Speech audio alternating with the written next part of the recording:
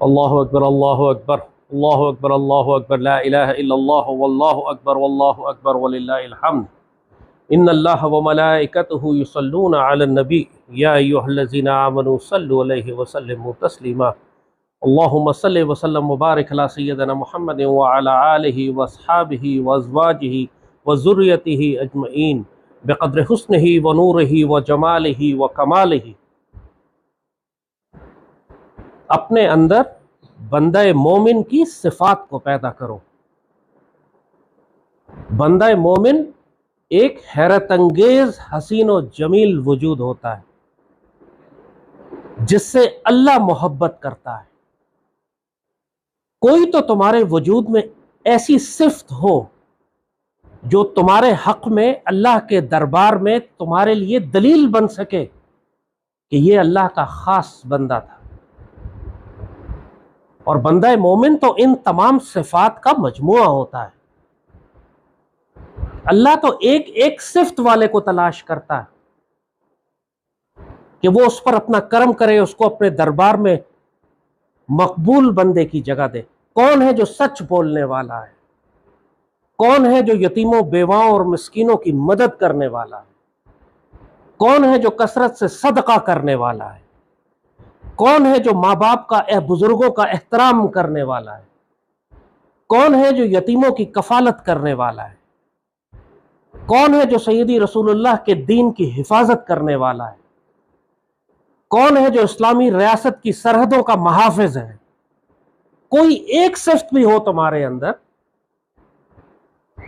تو اللہ تو تلاش کرتا ہے کہ میں کس طرح اس کی مغفرت کروں، کیسے اس کو اپنے عزیز بندوں میں شامل کروں۔ کون ہے جس کے ہاتھ اور زبان سے دوسرے مسلمان محفوظ ہیں؟ کون ہے جس کا ہمسایہ اس کے شر سے محفوظ ہے؟ کون ہے جو اللہ کی حدود کی پابندی کرتا ہے؟ کون ہے جو عورتوں بیواؤں کو، اپنے خاندان کی عورتوں کو وراثت میں حصہ دیتا ہے؟ کوئی ایک صفت تو تمہارے اندر ہو جس کو اللہ پوری کائنات کو اور ملائکہ کو دکھائے کہ اگر تم نے دیکھنا ہے کہ سچا بندہ کیسا ہوتا ہے تو میرا یہ بندہ ہے۔ اگر تم صرف ایک ہجوم آبادی ہو، تمہارے ہونے نہ ہونے سے فرق ہی کوئی نہیں پڑتا، پھر زمین کا پیٹ زمین کی پیٹھ سے تمہارے لیے بہتر ہے۔ بندہ مومن کی جو صفات اللہ تعالیٰ قرآن میں بتاتا ہے، جس کی تشریح بابا اقبال نے فرمائی ہے، وہ تو ایک حیرت انگیز پر اسرار وجود ہے۔ وہ مرکب ہے متضاد کا، اس کے اندر ایسی کنٹرڈکٹری صفات ہوتی ہیں کہ انسان حیران ہوتا ہے کہ ایک ہی وجود کے اندر اتنی صفات کیسے جمع ہو سکتی ہیں۔ وہ حلقہ یاراں تو وہ ریشم کی طرح نرم ہوتا ہے، لیکن یہ نہیں ہے کہ جب دشمنوں سے تصادم ہو تو اس وقت بھی وہ یہ کہتا رہے کہ میں امن کی آشا کروں گا، میں پیسیفسٹ ہوں، میں تو لڑ ہی نہیں سکتا، مسلمانوں کی عزت لٹ جائے اور وہ یہ کہتا پھرے کہ میرے امن کو میری کمزوری نہ سمجھا جائے۔ لیکن جب رزم و حق و باطل ہوتی ہے تو پھر وہ فولاد ہوتا ہے۔ قرآن کہتا ہے اس کو اشداء علی الکفار ورحماء بینہم، کفار پہ تو شدید ہے وہ۔ انسان کو یقین نہیں آتا کہ یہی وجود جو میدان جنگ میں اتنا شدید ہے، یہ جب یہ غریبوں، یتیموں، بیواؤں، مسکینوں اور مسلمانوں کے درمیان بیٹھتا ہے تو اس سے زیادہ فقیر اور مسکین اور عاجز بندہ انہوں نے نہیں دیکھا ہوتا۔ المیہ ہماری قوم کو، ہمارے زمانے کا یہ ہو گیا کہ یہ قحط الرجال کا دور ہے، اللہ کے بندے نظر نہیں آتے، اسی لیے لوگ lesser of the many evils choose کرتے پھرتے ہیں۔ ٹھیک ہے، اس میں خرابیاں ہیں، بدکار ہے، زانی ہے، نشئی ہے، مگر دوسروں سے تو بہتر ہے۔ امت کا کام اس طرح اللہ نہیں لے گا۔ کام کرنا ہے تو جس طرح حضرت واصف علی واصف نے فرمایا کہ کم از کم اتنا کردار تو دکھاؤ، اتنا ایمان تو دکھاؤ جتنا قائد اعظم کا ہے، اور آج کافی ہے تمہارے لیے وہ، جس کے بارے میں کہا گیا تھا کہ جہاں سیدی رسول اللہ کی امت اور مسلمانوں کا معاملہ ہوگا، ہی از انکرپٹیبل اینڈ انپرچیزبل۔ نہ بکے گا نہ خریدا جا سکے گا، سیدی رسول اللہ کی امت کو نہیں بیچے گا۔ اتنا کردار تو ہو نا۔ آج کا مومن بندہ وہ نہیں ہے جو اپنی ذات میں نیک ہے، آج کا مومن بندہ وہ ہے کہ جو امر بالمعروف بھی کرتا ہے اور نہی عن المنکر بھی کرتا ہے، اچھائی کا حکم بھی دے گا اور برائی سے روکے گا بھی۔ ہمارے ہاں نیکی کا تصور یہ ہے کہ کسی سے جھگڑا نہ کرو، کوئی ایسی بات نہ کرو جو اگلے کو بری لگ جائے، سب کو ساتھ لے کے چلو، کسی کو خفا کرنے کی ضرورت نہیں ہے۔ اللہ کے مومن بندے کی یہ شان نہیں ہے۔ جہاں اللہ جلال کھاتا ہے، جہاں اللہ کو جلال آتا ہے، وہاں اللہ کے بندے کو اسی جگہ جلال آتا ہے، اور اگر اس کو جلال نہیں آ رہا پھر وہ مومن نہیں ہے، وہ منافق ہے، وہ مسلمان ہے جس نے زبان سے دعویٰ کیا ہے اسلام لانے کا، لیکن ایمان اس کے دلوں میں داخل ہی نہیں ہوا۔ یہ ممکن نہیں ہے کہ سیدی رسول اللہ کی امت رسوا ہو رہی ہو اور کوئی شخص دعویٰ کرے ایمان کا اور اس کے بعد سکون سے بیٹھا ہو۔ سیدی رسول اللہ نے ایک صحابی کو جب بھی دیکھتے فرماتے یہ جنتی ہے، جب بھی دیکھتے فرماتے یہ جنتی ہے۔ باقی سب صحابہ کو تجسس ہوا کہ یہ کیا خاص عمل یہ صحابی کرتے ہیں کہ سیدی ان کو دیکھتے ہی فرماتے ہیں کہ یہ جنتی ہے۔ ایک صحابی نے ان سے درخواست کی کہ کیا میں آپ کے گھر مہمان رہ سکتا ہوں 3 دن؟ انہوں نے کہا بسم اللہ آؤ۔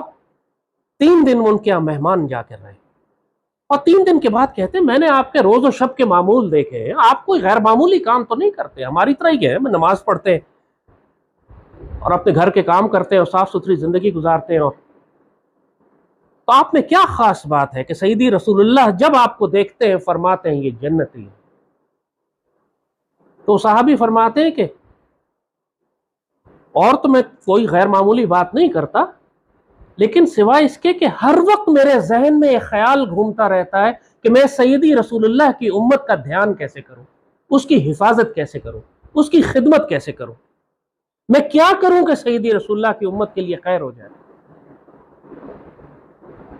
بندہ مومن کی نشانی یاد رکھیے گا کہ وہ اپنی جان صدقہ کرتا ہے، قربان کرتا ہے سیدی رسول اللہ کی امت کے لیے۔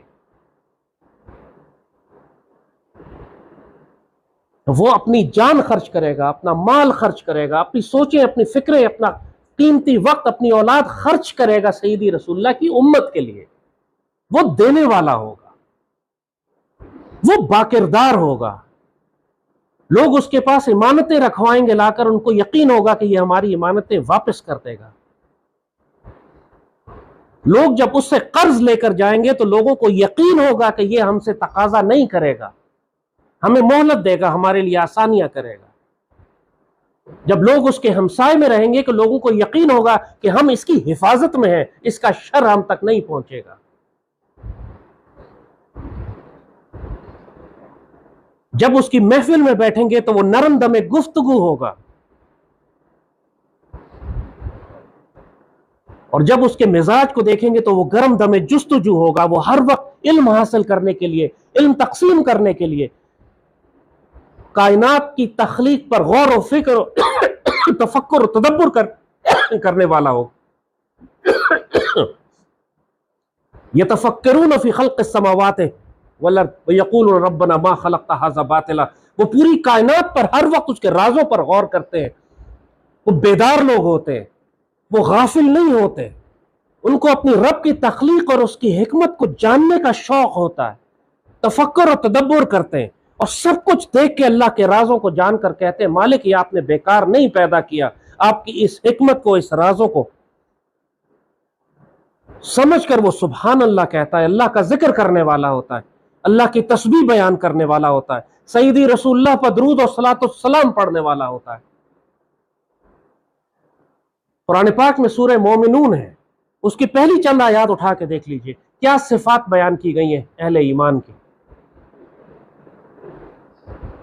وہ اپنی نمازوں کی حفاظت کرنے والے ہیں، وہ اپنے ذکر اذکار کی حفاظت کرنے والے ہیں، وہ باکردار لوگ ہیں، بدکاری برائی اور گناہوں سے بچنے والے لوگ ہیں،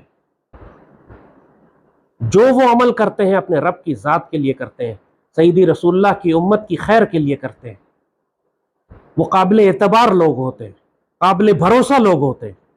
وہ پریڈکٹیبل لوگ ہوتے ہیں. پریڈکٹیبل کا مطلب ان پر آپ اعتبار کر سکتے ہیں. وہ وقت کی پابندی کرنے والے ہوتے ہیں. وہ جو زبان سے منہ سے بات نکال دیں اس پر قائم رہنے والے ہوتے ہیں. ان کو سٹیمپ پیپر کی ضرورت نہیں ہوتی لوگوں کو ثابت کرنے کے لیے کہ یہ اپنی بات پر قائم رہے گا. صرف اس کی زبان سے بات نکل گئی تو کائنات ادھر سے ادھر ہو جائے, اللہ کا مومن بندہ اس پر قائم رہتا ہے کہ اس نے زبان دی ہے. وہ اپنے وعدے پورے کرنے والا ہوتا ہے, اس کی زبان سے جھوٹ نہیں نکلتا. یہ تو ہر مسلمان کی صفات تھی, ہر مومن کی صفات تھی. آج پورے معاشرے میں کتنے لوگ آپ کو ملتے ہیں ان صفات پر عمل کرتے ہوئے. اعلیٰ ترین تعلیم یافتہ یونیورسٹی کیوں نہ ہو, آپ پاکستان کی بہترین سے بہترین بڑی یونیورسٹی اٹھا لیں جو کہتے ہیں تعلیم سے مسئلے حل ہو جاتے ہیں, ملک میں تعلیم کو فروغ دینا چاہیے. دنیا پاکستان کی بہترین یونیورسٹی اٹھا لیجئے, اس کے بہترین طلبہ اٹھا لیجئے جو پاکستان کے کریم آف دی کریم ہے, ان کے درمیان اپنا بٹوا اور اپنا موبائل رکھ کے ذرا کمرے سے باہر چلے جائیے. جب واپس آئیں گے آپ کو ملے گا اپنی جگہ پہ. مل گیا تو بڑی حیرانی کی بات ہوگی. انا للہ و انا الیہ راجعون. مسئلہ پیسے کا تو نہیں ہے کہ غربت کی وجہ سے لوگ چوری کرتے ہیں, بد کرداری کی وجہ سے چوری کرتے ہیں, بد اخلاقی کی وجہ سے چوری کرتے ہیں. اخلاق اور کردار کا معیار صفر ہو چکا ہے, اسی لیے یہ ناپاک لوگ ان کے اوپر مسلط ہوتے ہیں کیونکہ ان کا کردار یہی ہوتا ہے. یہ جو پشاور میں ابھی ریڈیو پاکستان پر حملہ کیا کہ لوگوں نے ہر چیز چرا کے لے گئے, تو لوہے کا گیٹ اٹھا کے لے گیا ایک آدمی, چرا کے لے جا کے کباڑیوں کو بیچ دیا. جب اس کو پکڑا اس سے پوچھا کہ تم عمران کی حمایت کیوں کرتے ہو, تو کہتا ہے جی اس لیے کہ وہ چوروں کے خلاف ہے. انا للہ و انا الیہ راجعون. انا للہ و انا الیہ راجعون. یہ نسل تیار ہوئی ہے جس میں حرام اور حلال کی تمیز بالکل ختم ہو چکی, اس لیے کہ جنہوں نے تیار کی ہے وہ خود زانی, بدکار اور حرام و حلال کی تمیز کرنے والے نہیں ہیں. جس میڈیا نے, جس تعلیمی نظام نے, جن حکمرانوں نے یہ نسلیں تیار کی ہیں وہ خود زانی و بدکار ہیں, وہ خود جھوٹ بولنے والے ہیں. صرف جھوٹ کا کاروبار ہے پاکستان کے میڈیا میں. کوئی ایک چینل, کوئی ایک شخص سچ بولتا ہے. نسلیں خراب کر دی قوم کی اس جھوٹ پر. پھر کہتے ہیں ہم پہ غربت کیوں مسلط کر دی اللہ نے, ہم غریب کیوں ہیں, معیشت کیوں خراب ہے. یہی تو وہ عذاب ہیں جو اللہ مسلط کرتا ہے. جس طرح اللہ نے یہودیوں پر مسلط کیا کیونکہ اللہ سے کیے ہوئے وعدوں کو مسلسل وہ توڑتے رہے, اللہ نے ان کے اوپر, اللہ کہتا ہے میں نے ان کے اوپر ذلت اور مسکنت نازل کر دی, مصیبت ان کے اوپر عذاب نازل کیا, ان کے اوپر بھوک اور خوف کا عذاب نازل کیا. بالکل اب بنی اسرائیل کی طرح, بنی اسرائیل کی طرح حضرت موسیٰ علیہ السلام کو تنگ کر کے رکھ دیا ان کی قوم نے. ذرا انہوں نے کمر موڑی قوم کی طرف, سونے کا بچڑا بنا کر پوجنا شروع ہو گئے. ذرا انہوں نے کمر موڑی, فساد شروع کر دیا کہ ہمیں من و سلوا نہیں لینا, اللہ آسمان سے خوراک کھانا اتار رہا ان کے لیے. ضد کر رہے ہیں ہمیں پیاز کھانی ہے تو ہمیں روٹی کھانی ہے, تو ہمیں گندم کھانی ہے تو ہمیں یہ کھانا. مذاق بنا کے رکھ دیا اللہ کی نعمتوں کا. اللہ نے ان کے اوپر پہ تنگ آ کے فرمایا قیامت تک تمہارے اوپر ذلت اور رسوائی ہے. اور آج پاکستانیوں کا یہی عالم ہے. اللہ ہر نعمت ان کو دیتا جا رہا ہے. اس پاک سرزمین کی نعمت دی, آزادی کی نعمت دی, یہ خطہ زمین دیا کہ یہاں پہ تم نے اللہ کا دین نافذ کرنا تھا, اور یہ ناپاک اور پلیت لوگ زمین میں اسی طرح گڑے چلے جا رہے ہیں.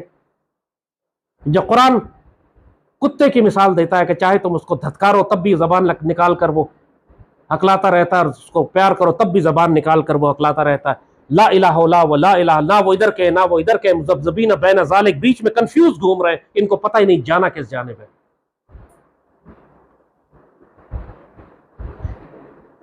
لیکن حکمرانوں کو کیا الزام دیں گے؟ بات کہی پوری قوم کا یہ عالم ہے. قوم میں کوئی سچ بولنے والا ملتا ہے؟ قوم میں کوئی ایسا فرد ملتا ہے کہ جس کے پاس آپ اپنی امانت رکھوائیں اور کوئی گواہ نہ ہو اور آپ کو یقین ہو کہ یہ امانت آپ کو واپس مل جائے گی؟ آٹے میں نمک کے برابر ایسے لوگ نہیں ملیں گے.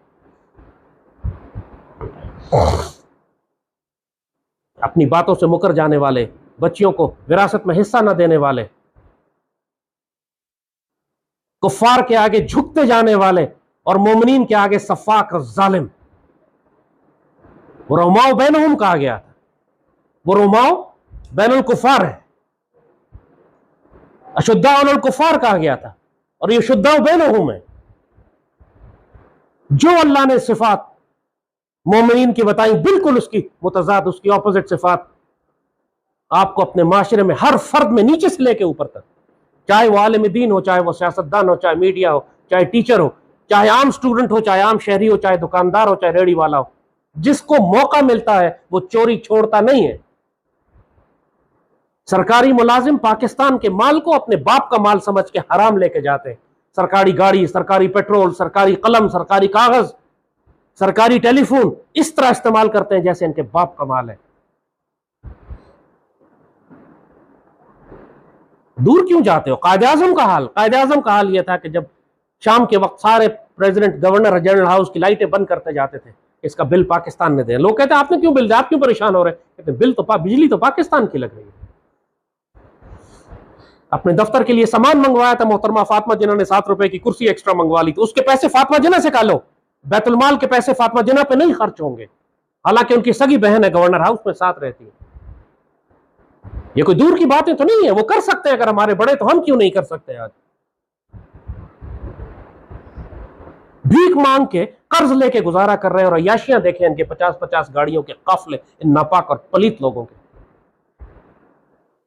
امت کا المیہ یہی ہے، جیسے کہا اپنے آپ کو درست کرو، کوئی صفت تو اپنے اندر پیدا کرو کہ اللہ کہے کہ یہ میرا مومن بندہ ہے۔ حاتم طائی کافر تھے، لیکن سیدی رسول اللہ نے ان کی بیٹی کی عزت فرمائی، یہ فرمایا کہ آپ کے باپ میں مومنین کی صفات تھیں، کیونکہ وہ سخی آدمی تھے، سخاوت کرنے والے تھے، کثرت سے یتیموں بیواؤں مسکینوں کو کھانا کھلاتے تھے، نیک آدمی تھے۔ سیدی رسول اللہ نے فرمایا ان کی بیٹی سے کہ آپ کے والد میں مومنین کی صفات تھیں۔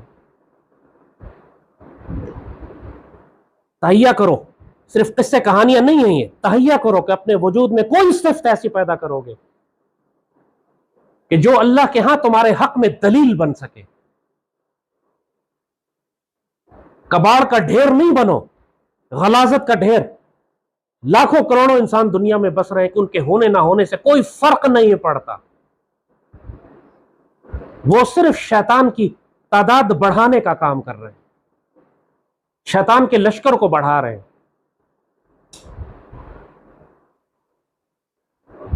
تمہارے ہونے سے سیدی رسول اللہ کی امت کو فرق پڑنا چاہیے، تمہارے جانے سے سیدی رسول اللہ کی امت کو نقصان ہونا چاہیے، تم اتنے اہم ہو سیدی رسول اللہ کی امت کے لیے۔ سلطان صلاح الدین ایوبی کا جب انتقال ہوا، اس وقت علماء نے رو رو کے کہا کہ حضرت عمر بن عبدالعزیز کے بعد امت کو سب سے بڑا نقصان یہ ہوا ہے کہ آج صلاح الدین ایوبی شہید انتقال فرما گئے، امت کی اتنی بڑی دیوار گر گئی۔ آج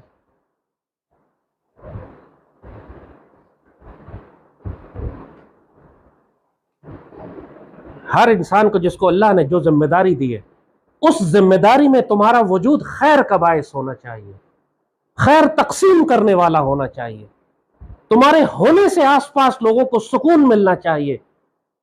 تمہاری دعائیں تو تمہارے پاس ہیں نا، اگر تم غریب بھی ہو، پیسہ خرچ بھی نہیں کر سکتے، دعائیں تو تمہارے پاس ہیں۔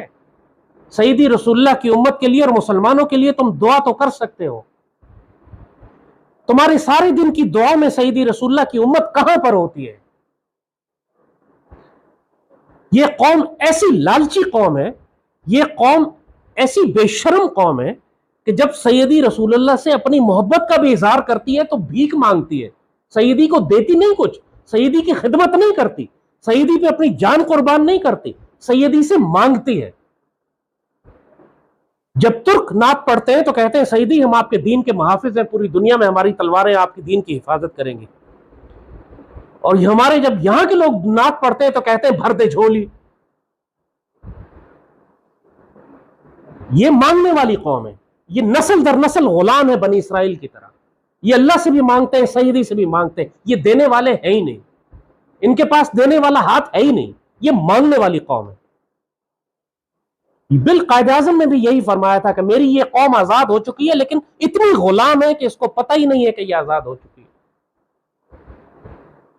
اسی لیے یہ غلام کوئی کام کرنے سے پہلے دائیں بائیں دیکھتے ہیں اور پوچھتے ہیں، خوفزدہ ہو کے کام کرتے ہیں، کوئی دیکھ تو نہیں رہا۔ اتنے خوفزدہ لوگ ہیں کہ آپ دکان پہ کسی آدمی سے جا کے پوچھیں تمہارا نام کیا، تو پہلے پوچھے گا جی کیوں پوچھ رہے، خوفزدہ ہے، گھبرایا ہوا ہے، ہر وقت کانفیڈنس سے بات نہیں کر سکتا۔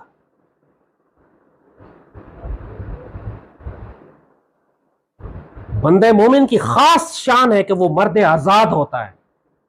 مرد آزاد میں اور مرد آوارہ ہونے میں فرق ہے. یہ جو ابھی سیاسی لفنٹر ان لونڈوں کو انہوں نے آزادی کے نام پر آوارہ بنا دیا. مرد آزاد باادب ہوتا ہے, مرد آوارہ بے شرم ہوتا ہے.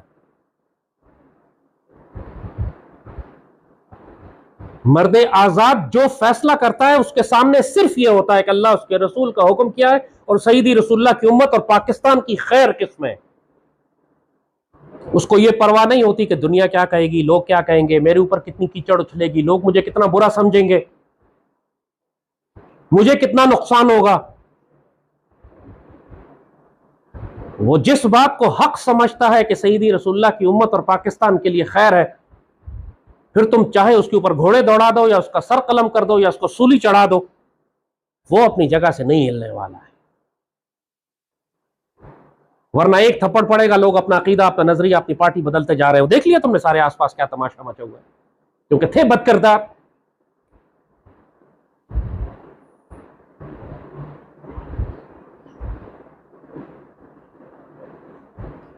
تو اپنے اندر بندہ مومن کی صفات پیدا کرو. بابا اقبال نے جو تشریح فرمائی ہے اور جو قرآن پاک میں لکھی ہے, سیدی رسول اللہ نے جس کو بیان کر دیا, بندہ مومن نمازیں پڑھنے کی وجہ سے بندہ مومن نہیں ہوتا, کردار کی وجہ سے ہوتا ہے. با کردار آدمی ہوتا ہے, وہ جلال ہوتا ہے اس کی طبیعت میں, اس کی طبیعت میں ایک جلال ہوتا ہے. کفار بھی اس سے روب کے, اس کی دہشت میں, اس کے روب میں رہتے ہیں. اور تمہیں عام طور پر یہ بندہ مومن پھر تنہا ملیں گے, یہ تمہیں کراؤڈ میں نہیں ملیں گے, کیونکہ لوگ ان سے ملتے ہی نہیں ہیں اور نہ وہ لوگوں سے ملنا چاہتا ہے. سیدنا علی رضی اللہ تعالیٰ عنہ نے فرمایا کہ اگر تم حکمت تلاش کرنے چاہتے ہو, اگر تم چاہتے ہو کہ دنیا اور آخرت اور کائنات کے راز اور حکمت ملے, تو ایسے بندے کو تلاش کرو جو تنہا رہتا ہو. کیونکہ جو حقیقت کو جان لیتا ہے پھر وہ اس غلاظت میں, اس فساد کے اندر داخل ہی نہیں ہوتا.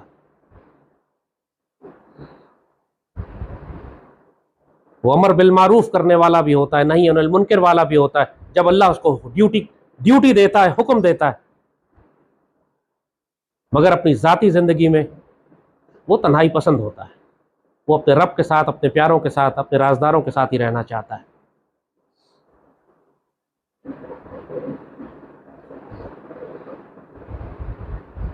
وہ جب عمل کرتا ہے تو صرف اپنے رب کی ذات کے لیے. جو ہو عمل بے غرض اس کی جزا اور ہے, حور و خیام سے گزر, بادہ و جام سے گزر. اور جب ایسا کوئی بندہ ملے نا, پھر اس کے پیچھے چل پڑے, وہ خیر کرے گا. بابا اقبال نے پھر یہی نصیحت فرمائی تھی اس قوم کو. قائد اعظم کی طرف اشارہ تھا. پوری قوم جب قائد اعظم کی مخالفت کر رہی تھی, لوگوں کو اعتراض تھا کہ یہ انگریز نما شخص ہماری قیادت کیسے کرے گا, تو علامہ اقبال نے اسی وقت فرمایا تھا کہ ہی از انکرپٹیبل اینڈ نان پرچیزبل. اور پھر فرمایا تھا کہ کہتا ہے زمانے سے یہ درویش جواں مرد. درویش جواں مرد انہوں نے اپنے آپ کو کہا ہے. کہتا ہے زمانے سے یہ درویش جواں مرد, جاتا ہے جدھر بندہ حق تو بھی ادھر جا. جہاں پہ یہ قائد اعظم جا رہے تم بھی ادھر جاؤ. قائد اعظم کو بندہ حق کہا انہوں نے. ہر دور میں اللہ کوئی نہ کوئی بندہ بھیجتا ہے. قائد اعظم نے بھی بات فرمائی تھی کہ میرا دور مکی دور کا تھا, اب مدنی دور جنگوں کا دور ہے. پاکستان کے دفاع کا سارا وقت گزرے, جب تک پاکستان قائم ہے پاکستان حالت جنگ میں رہے گا. آپ نے مدینہ کی ریاست سے دیکھی, غزوہ بدر سے جو جہاد شروع ہوا تھا, کیا وہ سیدنا ابو بکر کے دور میں جہاد ختم ہو گیا؟ اور زیادہ ہو گیا. سیدنا عمر کے زمانے میں اور زیادہ ہو گیا. پاکستان قائم کرنے کا پیریڈ جو ہے وہ مکی دور تھا. پاکستان اب بن چکا ہے, اب غزوات اور جنگوں کا دور ہے. لہٰذا پاکستان سیکیورٹی سٹیٹ رہے گا, لہٰذا پاکستان میں رہنے والوں کو جنگوں کے لیے تیار رہنا پڑے گا. یہ اعتراض کرتے ہیں کہ فوجیں کم کر دو, سیکیورٹی سٹیٹ سے اکنامک سٹیٹ بن جاؤ. ناپاک اور پلیت لوگ, منافق, سیدی رسول اللہ کی امت کو ہلاک کروانے والے. قائد اعظم نے فرمایا تھا کہ مجھے معلوم ہے کہ یہ سارا میرے پاکستان بننے کے بعد کا سارا دور اب جنگوں کا دور ہے. اللہ تعالیٰ اس کو کوئی ایسے سپہ سالار دے گا, ایسے حکمران دے گا جو جنگوں کے قابل ہوں گے. میرا کام مکی دور کا تھا پاکستان بنانے کی حد تک. آگے کی ڈیوٹی کو میں اس قابل اپنے آپ کو نہیں سمجھتا کہ میں وہ جنگوں کا دور قیادت کر سکوں. قائد اعظم نے اپنے بارے میں کہا قابل تو وہ تھے, عاجزی مسکینی کی بات کی انہوں نے, لیکن ان کو یہ اندازہ تھا کہ آئندہ سارا وقت اب جنگوں کا ہے. اور میدان جنگ مومن کی ایک خاص نشانی یہ ہوتی ہے کہ وہ جہاد سے فرار اختیار نہیں کرتا. جو بھی وسائل ہوں, جب جہاد اور عزت کا دین کی عزت کی بات آ جائے پھر وہ تلوار نکالتا ہی نکالتا ہے. ظاہری وسائل نہیں دیکھتا, پھر وہ جب جنگ لازم ہو پھر مقابل نہیں دیکھتا. وہ قائد اعظم کے پاس کون سے وسائل تھے جب پاکستان بنا تھا؟ لاکھوں مہاجرین کو سنبھالنا تھا. کشمیر کی بات آئی, سب سے پہلے کشمیر کا جہاد قائد اعظم نے شروع کیا, اور جب تک زندہ رہے 1.25 سال 1.5 سال پاکستان بننے کے بعد آپ نے ایک دن کشمیر کا جہاد بند نہیں کیا. آج ہم بزدل سنتے ہیں معیشت ٹھیک کر لیں پھر کشمیر کو آزاد کرائیں گے. ہماری معیشت ٹھیک نہیں ہے, ہم کیسے جہاد کر سکتے ہیں؟ افغان طالبان کی کون سی معیشت ٹھیک تھی کہ انہوں نے 2 سپر پاورز کو شکست دے دی؟ یہ باتیں کرنے والا جو شخص یہ بات کرے سمجھ جاؤ بغیرت ہے, اللہ نے اس کے دلوں پر مہر لگائی ہے, منافق ہے. اور ایسا شخص اگر مسلمانوں کی قیادت کرے گا تو امت کو ہلاک کرے گا. یہ الفاظ بتا دیتے ہیں کہ اس کے دل میں بیماری ہے. اللہ کا مومن بندہ کبھی یہ بات نہیں کرے گا میں پیسیفسٹ ہوں, کیا میں حملہ کر دوں. ممکن ہی نہیں ہے کہ اللہ کے مومن بندے کی زبان سے یہ الفاظ نکل جائے جب امت کی آبرو لٹ رہی ہوتی. اور قوم اگر ایسے جاہلوں کے پیچھے پھر اپنی دنیا اور آخرت لگائے گی تو پھر ان کے پیچھے جہنم میں بھی جائے گی.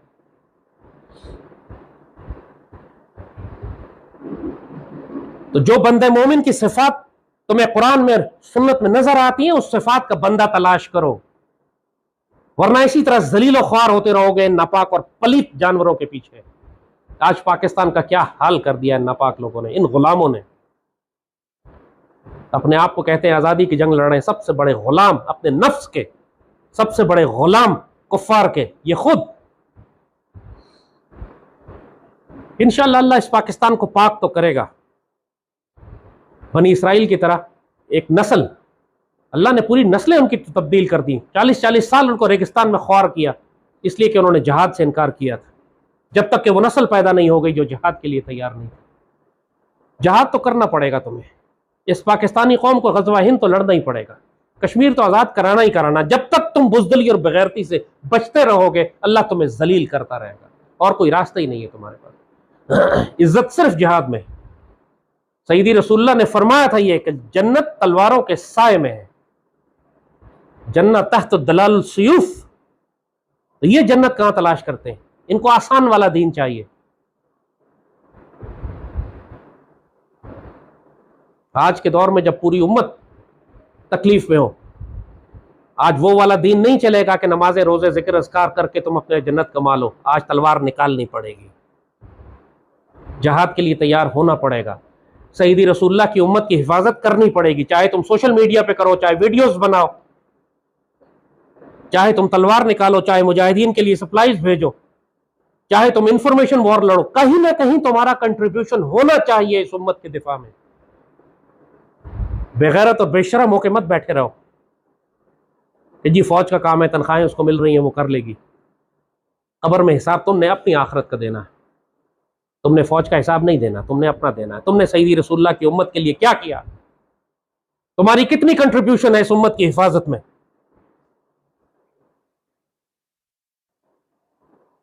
اللہ ہم سب کو سیدی رسول اللہ کے مجاہد بنائے, سیدی رسول اللہ کی تلواریں بنائے, سیدی رسول اللہ کے شیر بنائے. ہم عام مسلمان کی طرح زندہ نہیں رہنا چاہتے, ہم صلاح الدین ایوبی کی طرح رہنا چاہتے ہیں کہ جب اس دنیا سے جائیں تو پھر ہمارے جانے سے فرق پڑے کہ سیدی رسول اللہ کی امت کے محافظ گئے. یہ آپ میں سے ہر شخص یہ ڈیوٹی کر سکتا ہے. جب سوشل میڈیا پر پھیل کر لوگ جھوٹ اور فحش کام اور امت کی تخریب کاری کر سکتے ہیں تو پھر اس کا دفاع بھی سوشل میڈیا اور میڈیا پہ کیا جا سکتا ہے. یہ بھی اتنی ہی بڑی جنگ ہے جتنی میدان جنگ میں لڑی جاتی. اگر آپ انفارمیشن ٹیکنالوجی والے ہیں تو سائبر ورلڈ میں جتنی بڑی جنگ لڑی جاتی ہے آج اتنی ہی بڑی جنگ ہے جتنی میدان جنگ میں لڑی جاتی. یہ سارے میدان جنگ ہیں. آپ کے ہونے سے دشمنوں کو نقصان پہنچنا چاہیے. آپ کے ہونے سے سیدی رسول اللہ کی امت کی حفاظت ہونی چاہیے، اور اگر نہیں ہو رہی پھر آپ کے ہونے یا نہ ہونے سے کوئی فرق ہی نہیں پڑتا۔ بہتر ہے کہ پھر زمین کے پیٹ میں چلے جائیں، زمین کی پیٹھ پر گھوم کر بلا وجہ دوسروں کے حصے کا رزق نہ کھائیں۔ اللہم صلی وسلم وبارک علی سیدنا محمد وعلی آلہ وصحبہ وسلم۔ اللہ اکبر اللہ اکبر اللہ اکبر اللہ اکبر، لا الہ الا اللہ واللہ اکبر واللہ اکبر وللہ الحمد۔ اللہم صلی وسلم وبارک علی سیدنا محمد وعلی آلہ وصحبہ وازواجہ وذریتہ اجمعین۔ ربنا لا تؤاخذنا ان نسینا واخطأنا ربنا ولا تحمل علينا اسرا كما حملته على الذين من قبلنا ربنا ولا تحملنا ما لا طاقة لنا به واعف عنا واغفر لنا وارحمنا انت مولانا فانصرنا على القوم الكافرين ربي عليك توكلنا لا اله الا انت نستغفرك ونتوب اليك نحن مغلوبا فانصرنا فانتصر افرغ علينا صبرا وثبت اقدامنا ادخلنا مدخل صدق واخرجنا مخرج صدق واجعل لنا من لدنك سلطانا نصيرا وجاء الحق وزهق الباطل ان الباطل كان زهوقا اللهم ارزقنا غزوة الهند وفتح الديلي اللهم ارزقنا غزوة الشام وفتح القدس اللهم احفظ الباكستان والمسلمين اللهم احفظ تركيا والمسلمين اللهم ارزقنا خلافة الها منهاج النبوة وحياة الطيبة ورزق الكريم وحسن الخاتمة وموت الشهادة اللهم اجعلنا من سيوف الله وسيوف الرسول اللهم اجعلنا من اسود الله واسود الرسول